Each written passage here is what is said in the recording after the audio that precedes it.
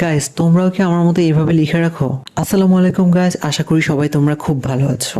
নতুন একটি ভিডিওতে তোমাদের সবাইকে স্বাগতম। বেসিক্যালি আমি যখনই একটু ফ্রি সময় পাই তখনই চিন্তা করি কি করা যায়। সেই জায়গা থেকে আমার মাথায় একটি নতুন আইডিয়া আসলো। আমি আমার কিচেনের মশলার পটগুলোকে নিয়মিতই দেখি এবং এগুলো আমি যখনই ব্যবহার করি তখনই আমি গুলিয়ে ফেলি কোন পটের ভিতরে কোন মশলা আছে। ওই জায়গা থেকে আমার মাথায় একটি আইডিয়া চলে আসলো। তাই পটগুলোকে নামিয়ে আমি এর ঢাকনাগুলোকে ভালো করে পরিষ্কার করা শুরু করলাম। গাইস, দেখতেই পাচ্ছেন আমি একে একে পটগুলো নামাইতেছি এবং এর ঢাকনাগুলোকে আমি এখন ভালো করে পরিষ্কার করে নেব।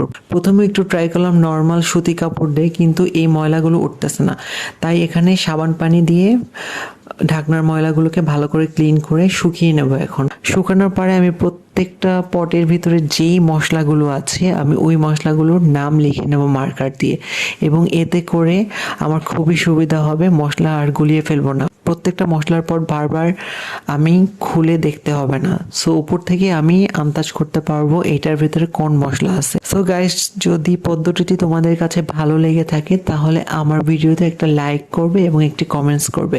আর যদি ভালো লাগে তাহলে অবশ্যই আমার চ্যানেলটি সাবস্ক্রাইব করবে এবং আমার পেজটিকে ফলো করবে। সো গাইস, এবং এরকম নতুন নতুন টিপস এবং ট্রিক্স পেতে ব্যাচেলার অ্যাক্টিভিটিস উইথ প্রান্ত এর সাথেই থাকুন।